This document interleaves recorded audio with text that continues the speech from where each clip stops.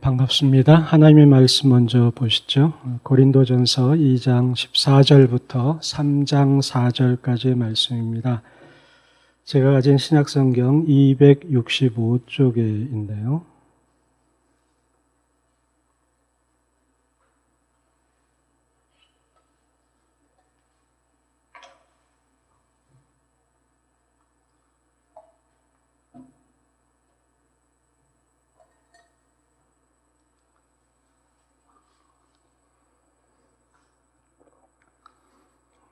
고린도전서 2장 14절로 3장 4절까지입니다.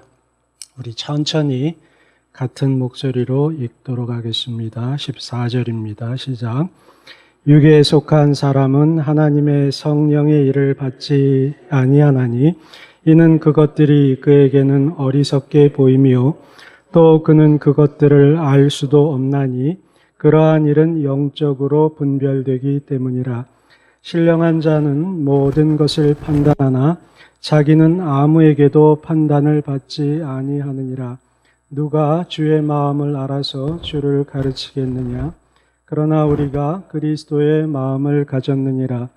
형제들아, 내가 신령한 자들을 대함과 같이 너희에게 말할 수 없어서 육신에 속한 자, 곧 그리스도 안에서 어린아이들을 대함과 같이 하노라. 내가 너희를 젖으로 먹이고 밥으로 아니하였노니 이는 너희가 감당하지 못하였음이거니와 지금도 못하리라. 너희는 아직도 육신에 속한 자로다. 너희 가운데 시기와 분쟁이 있으니 어찌 육신에 속하여 사람을 따라 행함이 아니리요. 어떤 이는 말하되 나는 바울에게라 하고 다른 이는 나는 아볼로에게라 하니 너희가 육의 사람이 아니리요. 아멘. 반갑습니다. 제가 여러분 이렇게 첫 인사에 반갑다고 한 이유는 오늘 이곳에 오다 보니까 비가 참 많이 내리더라고요. 옛날 제가 이제 집사로 교회를 섬길 때 그때를 한번 떠올렸습니다. 갓난 아이를 안고 비가 몹시 오는 날에는 망설여지더라고요. 이 비를 뚫고 꼭 예배를 가야 하나, 그러니까 예배당을 가야 하나는 이런 생각. 주저했던 제 모습이 떠올라서 오늘 이 자리에 어느 분이 나오실까 그런 기대감을 가졌고요. 또 여러분을 뵈니까 참 좋습니다. 참 잘하셨습니다. 그리고 혹시라도 건강이나 개인적인 사정으로 이 자리에 못 오셔서 팟빵을 통해서 또 이 강론을 듣는 분도 너무 마음 아파하지 마십시오. 하나님께서 동일하게 사랑하시고 또 동일하게 그분의 은혜를 베푸십니다. 중요한 것은 우리가 이 장소에 참여했느냐 아니냐보다는 그 하나님과의 관계가 어떠한가, 하나님에 대한 그 마음이 어떠한가가 더 중요하고 하나님은 그것을 보시는 것 우리 잘 알지 않습니까? 이렇게 태풍이 오는 가운데도 오신 여러분 잘하셨고요. 또 이후에 녹음이나 팟빵을 통해서 이 말씀을 듣는 분도 동일하게 잘 하시는 것입니다. 특별히 여러분 오늘 이렇게 예배드리러 와서 여러분 마음이 어떠세요? 좀 허전하지 않으십니까? 그렇죠. 여러분 마음 이해합니다. 늘 뵈야 할 그 목사님과 또 사모님과 그 가족들을 못 만나게 될 때 참 어딘가 허전한 그 마음이 있습니다. 그런데 여러분만 허전한 것이 아니라 사실은 그 담임 목사님도 굉장히 여러분이 보고 싶으실 거예요. 그 마음 이야기하지 않아도 우리가 잘 이해할 것입니다. 왜냐하면 여러분은 목사님을 주님 안에서 사랑하는 그런 분들이고 또 목사님도 여러분들을 주님 안에서 너무 사랑하는 관계이기 때문에 이 사랑하는 관계는 안 보면 보고 싶잖아요.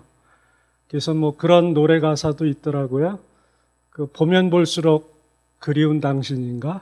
맞는지는 모르겠습니다만은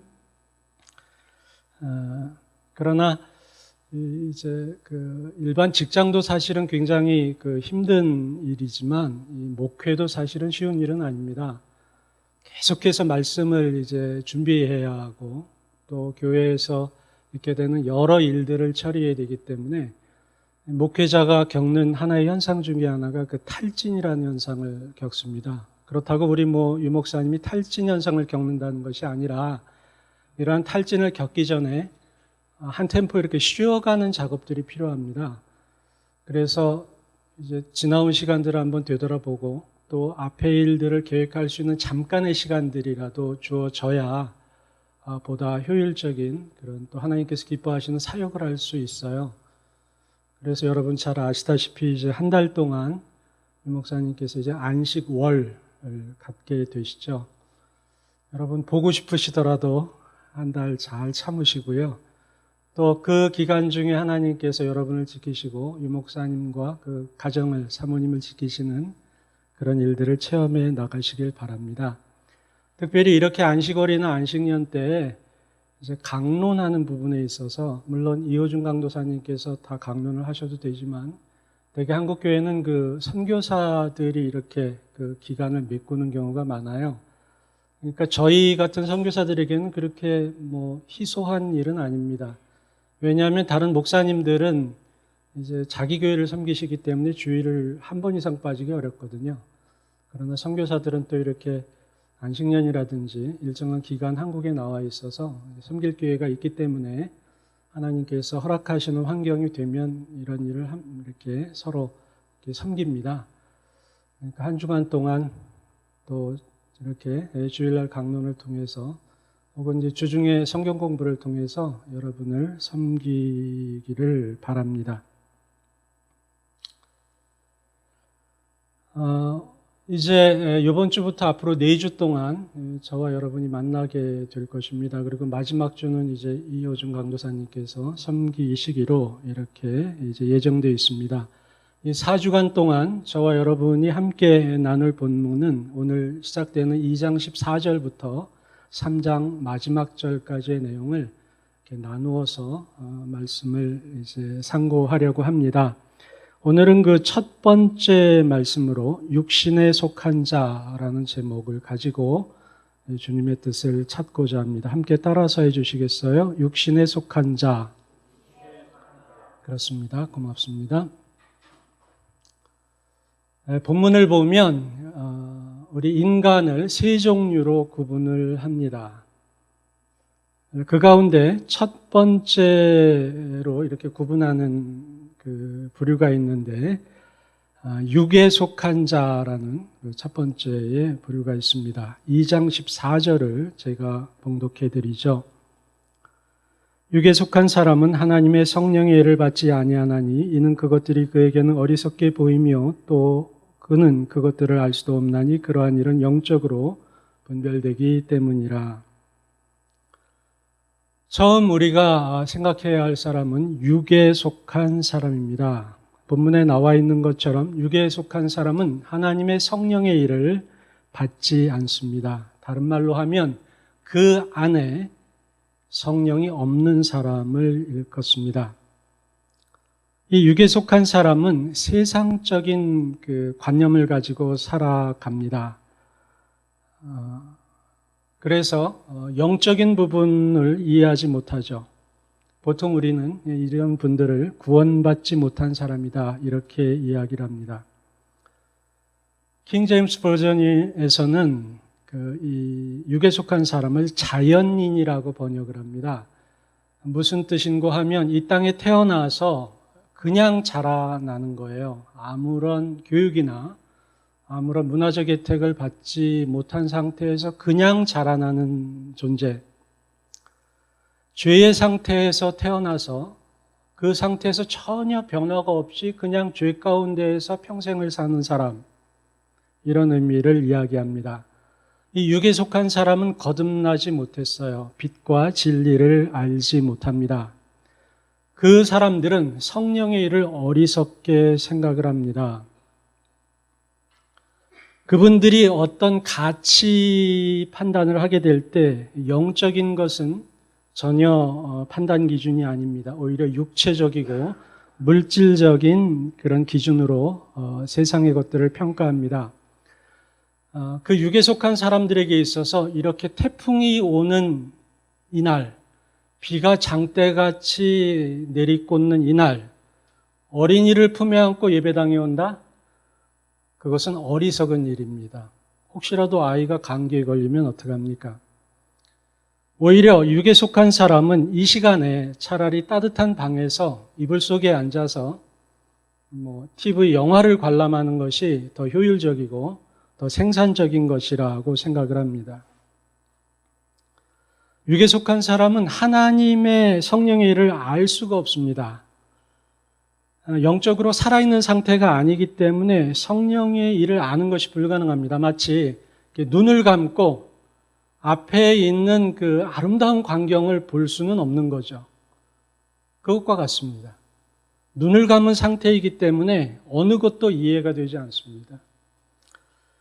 이러한 부류의 사람을 우리는 육에 속한 사람이다라고 제가 이야기하는 것이 아니라 오늘 본문 고린도전서 2장 14절에서 이야기하고 있습니다. 이제 두 번째 종류의 사람을 만나도록 하지요. 그 사람은 신령한 자라는 사람입니다. 2장 15절을 제가 읽도록 하겠습니다. 신령한 자는 모든 것을 판단하나 자기는 아무에게도 판단을 받지 아니하느니라. 두 번째 종류의 사람은 신령한 자입니다. 자, 고개를 드시죠. 금방 제가 말씀드린 존재, 육에 속한 사람에 대비되는 존재가 바로 신령한 자입니다. 육에 속한 사람은 그 안에 성령이 존재하지 않으십니다. 내주하지 않으셔요. 그러나 신령한 사람은 그 안에 성령께서 내주하십니다.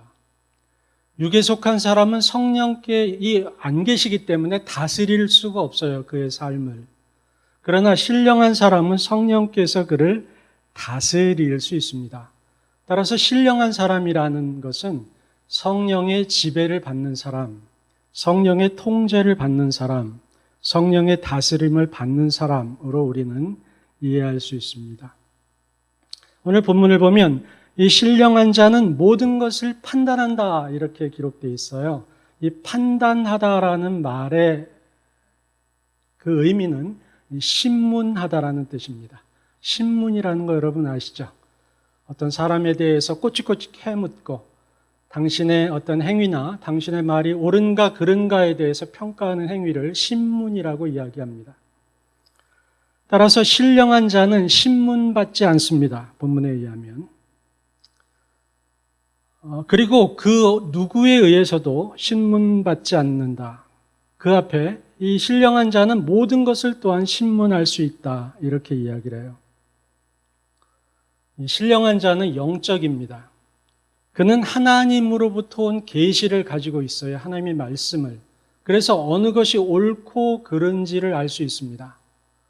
따라서 이 신령한 사람은 하나님으로부터 온 계시를 근거로 해서 옳고 그름을 판단할 수 있습니다. 그리고 당신의 삶이 옳은 것이다. 당신의 삶이 잘못된 것이라 라는 것을 이야기할 수 있습니다. 그러나 육에 속한 사람은 하나님으로부터 온 그 계시, 그 말씀을 가지고 있지 않기 때문에 그는 이 신령한 사람을 신문할 수가 없어요. 그의 삶을 평가할 수 없습니다. 라는 것이 15절의 의미입니다. 그 다음 16절을 보시면 누가 주의 마음을 알아서 주를 가르치겠느냐 그러나 우리가 그리스도의 마음을 가졌느니라 라는 말씀이 있어요. 이 말씀은 이사야서 40장 13절의 말씀을 인용한 것입니다. 그래서 구약성경 이사야서 40장 13절을 참고하면 그곳에 어떠한 단어가 있는가? 본문에서는 주의 마음이라고 번역되어 있는데 이사야서 40장에서는 하나님의 영, 여호와의 영이라는 단어로 기록되어 있습니다. 곧 누가 그리스도의 마음을 가졌는가라는 질문은 누가 하나님의 영, 여호와의 영을 가졌는가라는 질문입니다. 곧 육에 속한 사람은 하나님의 영을 소유하지 못했으나 신령한 사람은 하나님의 영을 소유했기 때문에 바로 누가 하나님의 영을 소유했는가, 누가 주의 마음을 알겠는가, 그것은 하나님의 영을 소유한 사람이 알 수 있다라는 뜻인 거죠. 이해되시죠? 예. 곧 신령한 사람은 하나님의 뜻에 따라 자신의 삶이 어떻게 해야 할지를 알 수 있습니다. 이것이 두 번째 사람이에요. 첫째, 육에 속한 사람, 두 번째는 신령한 사람입니다. 제가 세 종류의 사람이 있다고 말씀드렸죠. 그 중간에 또한 한 종류의 사람이 있습니다. 그 종류의 사람은 육신에 속한 자입니다. 3장 1절을 보도록 하죠. 제가 읽겠습니다. 형제들아, 내가 신령한 자를 대함과 같이 너희에게 말할 수 없어서 육신에 속한 자, 곧 그리스도 안에서 어린아이들을 대함과 같이 하노라.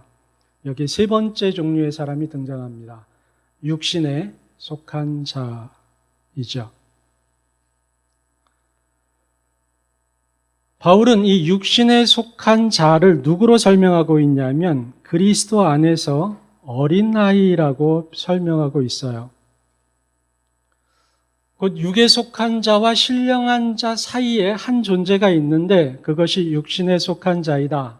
이 사람들은 그리스도 안에서 어린아이와 같다. 그러하기 때문에 이 어린아이들은 밥을 먹을 수가 없다. 오직 젖을 먹어야 할 그러한 연약함 속에 있는 자이다 라고 가르치고 있습니다.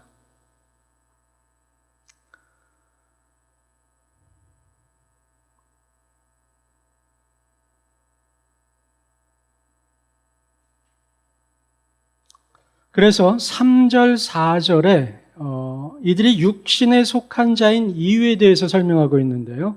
이 부분은 같이 한번 읽어볼까요? 3절, 4절입니다. 시작.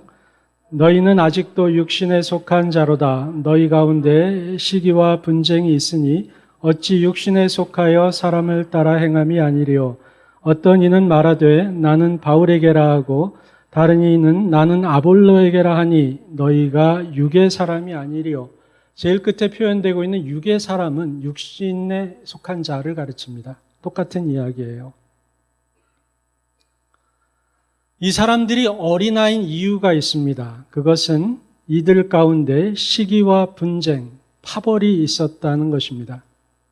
나는 바울파야, 너는 아볼로파야 라는 이러한 구분을 해놓고 서로 싸우고 있었다는 이야기죠. 시기와 분쟁의 소용돌이 가운데 있었습니다. 왜 그랬을까요? 이 바울은 당시 고린도 교회를 세운 사람입니다. 창립자죠. 아볼로는 그 이후에 와서 고린도 교회를 목회했던 사람이에요.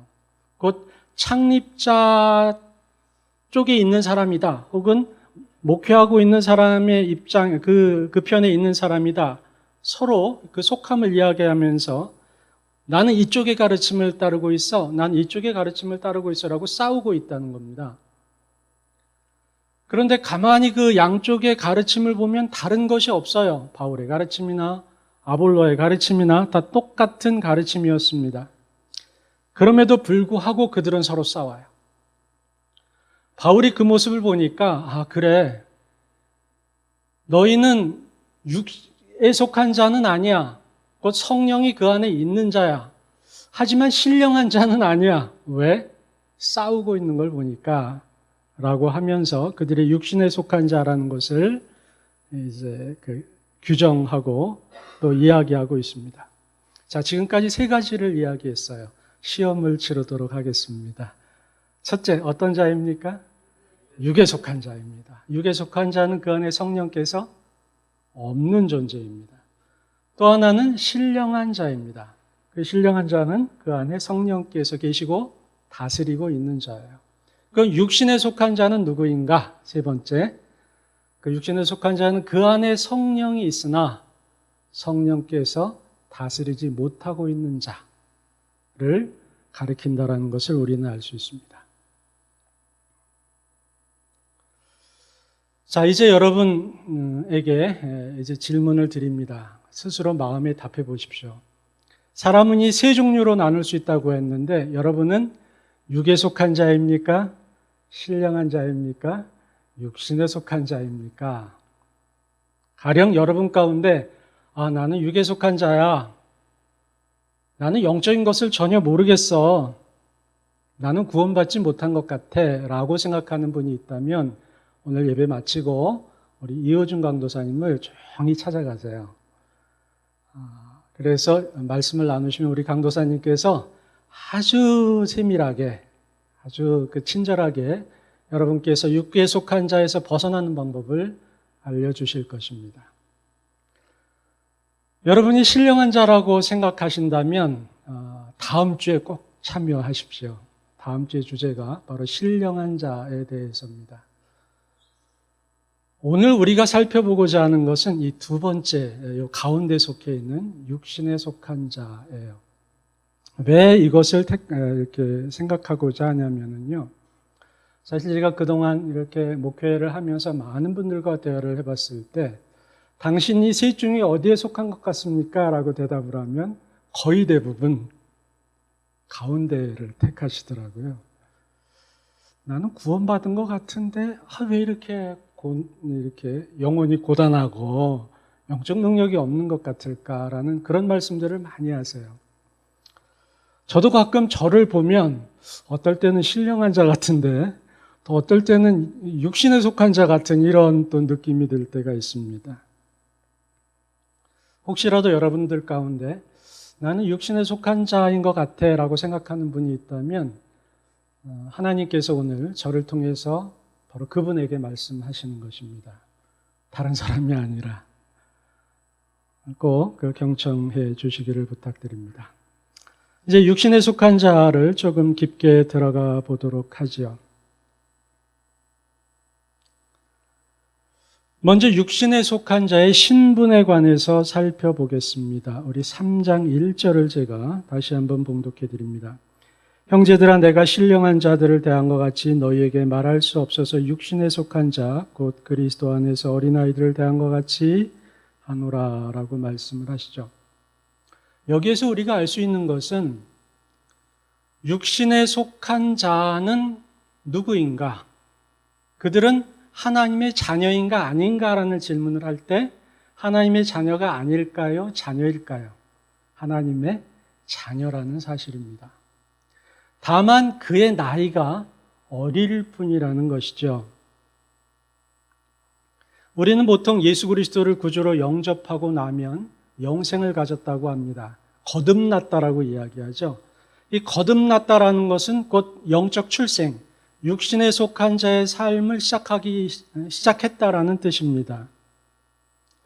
곧 어린아이가 점점 성장 과정을 거쳐서 성인이 되듯이 우리들의 신앙도 처음에 예수님이 믿을 때부터 뭔가 바울이나 혹은 다윗과 같은 그런 믿음의 영웅이 되는 게 아니라 영적으로 처음에 태어나서 성장 과정을 밟은 이후에 그렇게 된다는 것이죠. 따라서 모든 그리스도인들은 하나도 예외 없이 이 육신에 속한 자의 과정을 겪게 된다는 것입니다. 어린아이는 천진난만합니다. 순수하죠. 어린아이들 보고 있으면 참 천사 보는 것 같지 않습니까? 그 눈망울이 얼마나 참 예쁜지요. 하지만 어린아이는 여러 가지로 서툴어요. 걸어갈 때 제대로 걷지 못해서 자빠지죠. 날카롭고 위험한 물건을 겁없이 잡습니다. 때로는 장난감, 자기 것이 있음에도 불구하고 남의 것을 막 탐하기도 해요. 왜 그런가요? 어린아이이기 때문입니다.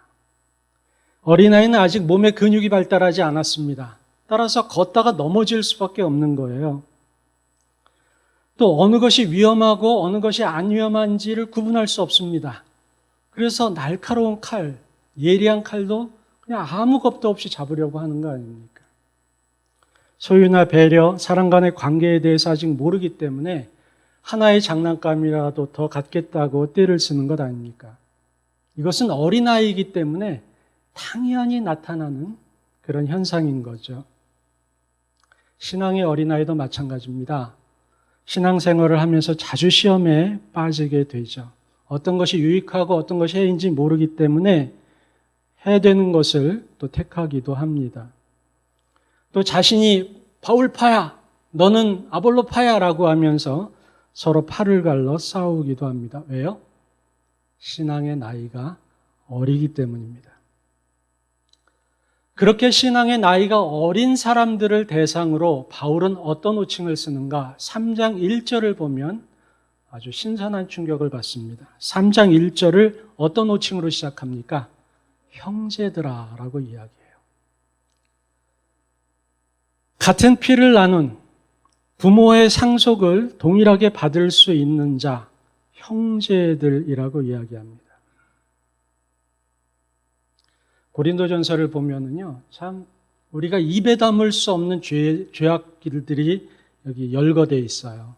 참 이렇게 교회 안이 어지럽고 문란하고 정말 들어가고 싶지 않은 그런 공동체였던 것이 고린도 교회입니다. 가만히 보면. 그런데 바울은 그 고린도 교회를 향해서 형제들아라고 얘기합니다. 비록 너희들이 그렇게 죄악 가운데 있고 잘못된 삶을 살고 있어도 너희들은 하나님의 자녀라고 이야기하는 겁니다. 제가 왜 이 얘기를 여러분께 말씀드릴까요?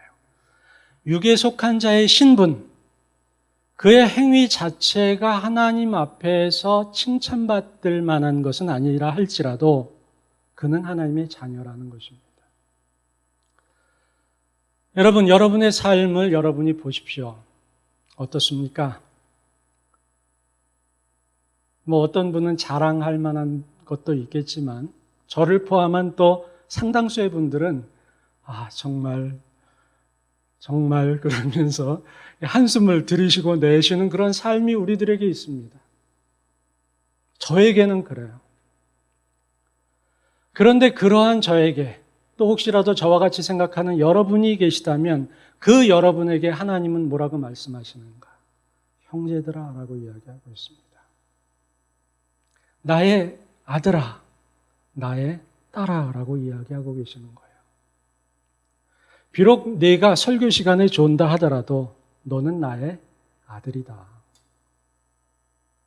내가 주중에 어떤 행동을 하고 살아도 너는 나의 딸이다. 라고 이야기를 하고 있는 거예요.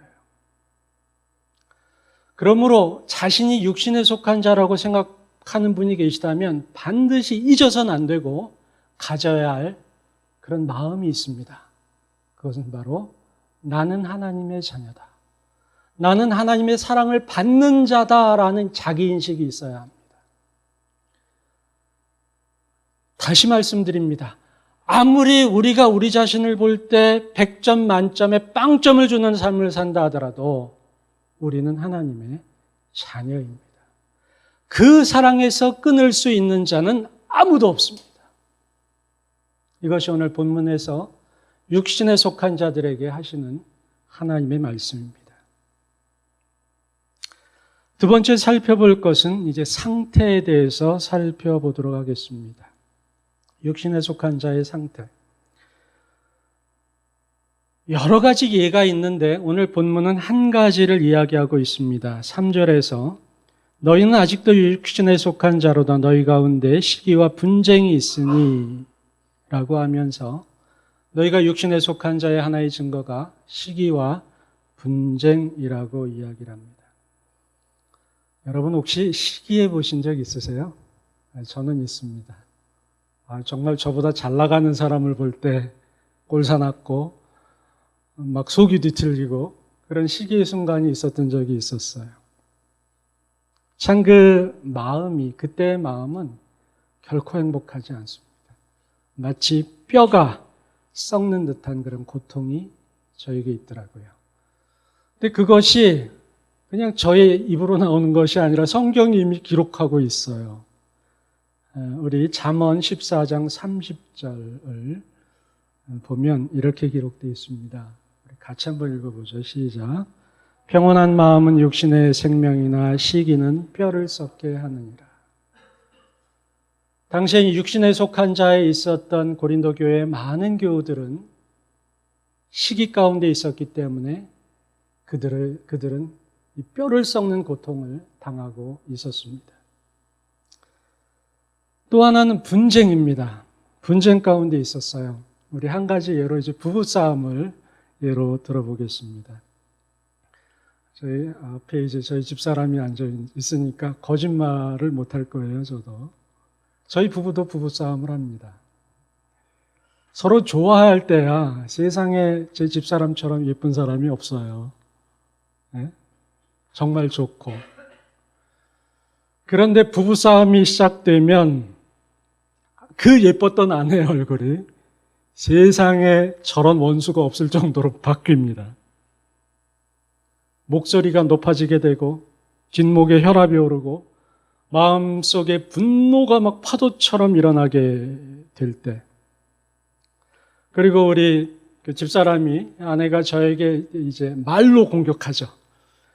그 말의 공격은 이 칼이 이 비수같이 마음에 꽂히더라고요. 어떻게 제가 아픈 구석을 그렇게 잘 아는지 그곳을 향해서 사정없이 그 칼을 날립니다. 그럼 저는 가만히 있습니까? 더 날카로운 칼 혹은 창 같은 것으로 아내의 마음을 후벼 팝니다.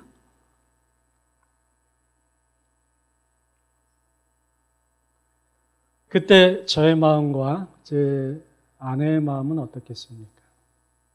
골라보십시오. 천국, 지옥. 그렇습니다. 마치 그 부부싸움을 한 번도 안 해보신 듯한 표정으로 물론 결혼을 아직 안 하신 분은 잘 모르겠지만 결혼하시면 다 경험하게 될 겁니다. 그래서 성경은 이렇게 이야기하더라고요. 잠언 21장 9절입니다. 같이 읽을까요? 시작.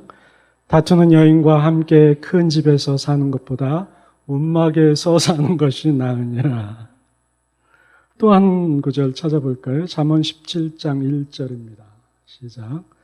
마른 떡 한 조각만 있고도 화목하는 것이 제육이 집에 가득하고도 다투는 것보다 나으니라. 맞는 말씀 아닙니까?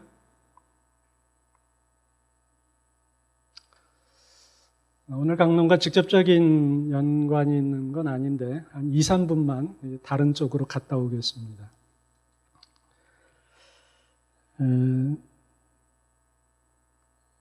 부부싸움 하실 때 말이에요. 남편과 아내가 싸우지 않습니까? 여기 남편 되시는 분들은 절대로 아내를 이기려 하셔서는 안 됩니다. 이길 수가 없습니다. 제 말이 아니라 성경이 그렇게 얘기하고 있기 때문입니다. 우리 잠언 27장 15절 16절 보도록 하죠. 같이 또 읽어볼까요? 시작. 다투는 여자는 비 오는 날에 이어 떨어지는 물방울이라. 그를 제어하기가 바람을 제어하는 것 같고 오른손으로 기름을 움키는 것 같으니라. 그렇습니다. 비 오는 날 이어 떨어지는 물방울처럼 속사포처럼 나오는 그 말을 감당할 남자는 이 땅에 없습니다. 바람을 어떻게 제어할 수 있겠습니까? 기름을 어떻게 움켜잡을 수 있겠어요? 또 게다가 이 물방울이라는 단어를 보면 하나 생각납니다. 저도 집사람과 막 언쟁을 하게 되면 때로는 제가 우위에 있을 때가 있잖아요. 집사람이 열세에 몰릴 때 저는 말로 계속 코너로 몹니다. 그때 집사람은 울더라고요. 그 닭똥 같은 눈물을 뚝 흘리면 저는 무조건 항복합니다. 그래 내가 잘못했어, 다 잘못했어라고 항복을 해요. 제가 생각해 보니 집사람과 결혼해서 여태까지 말다툼을 해가지고 제가 한 번도 이겨본 적이 없는 것 같습니다. 그러므로 우리 남편 되신 분들, 앞으로 남편 되실 분들은 결코 아내를 말다툼으로 이길 생각을 하지 마십시오. 그러나 아내를 이길 수 있는 방법이 있습니다. 근데 그것은 오늘의 주제가 아니기 때문에 나중에 유 목사님에게 배우시도록 하십시오. 한 가지 말씀드리고자 하는 것은 뭐냐면 이렇게 부부간의 분쟁만으로도 우리는 지옥을 경험합니다. 라는 걸 말씀드리기 위해서입니다. 주제로 돌아가죠. 시기와 분쟁은 결코 행복을 가져다 주지 않습니다. 시기와 분쟁은 절대로 그에게 유익을 주지 않습니다.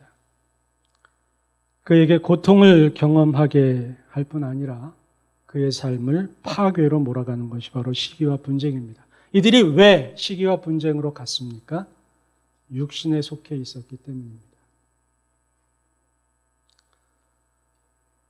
여러분, 육신에 속해 있다라고 스스로를 인정한다는 그 사실은 내가 그런 고통 속에 있다라는 그 고백입니다. 나는 육신에 있는 것 같아 라고 말씀하시는 것은 비록 시기와 분쟁은 아닐지 몰라도 이 땅에서 우리가 겪을 수 있는 그 깊은 고통들을 겪고 있고 그 고통 속에 있다라는 자기 고백이라는 것이죠. 육신에 속한 자의 상태에 대해서 지금 말씀드리고 있습니다. 육신에 속해 있는 자는 그는 비록 하나님의 딸이고 하나님의 아들이지만 우리가 신앙으로 누리고 하나님 안에서 누려야 할 자유와 평화와 능력과 감사와 영광을 누리지 못하고 시기와 분쟁과 아픔과 고통과 괴로움 속에 있을 수밖에 없는 것이 육신에 속한 자의 상태라는 것입니다.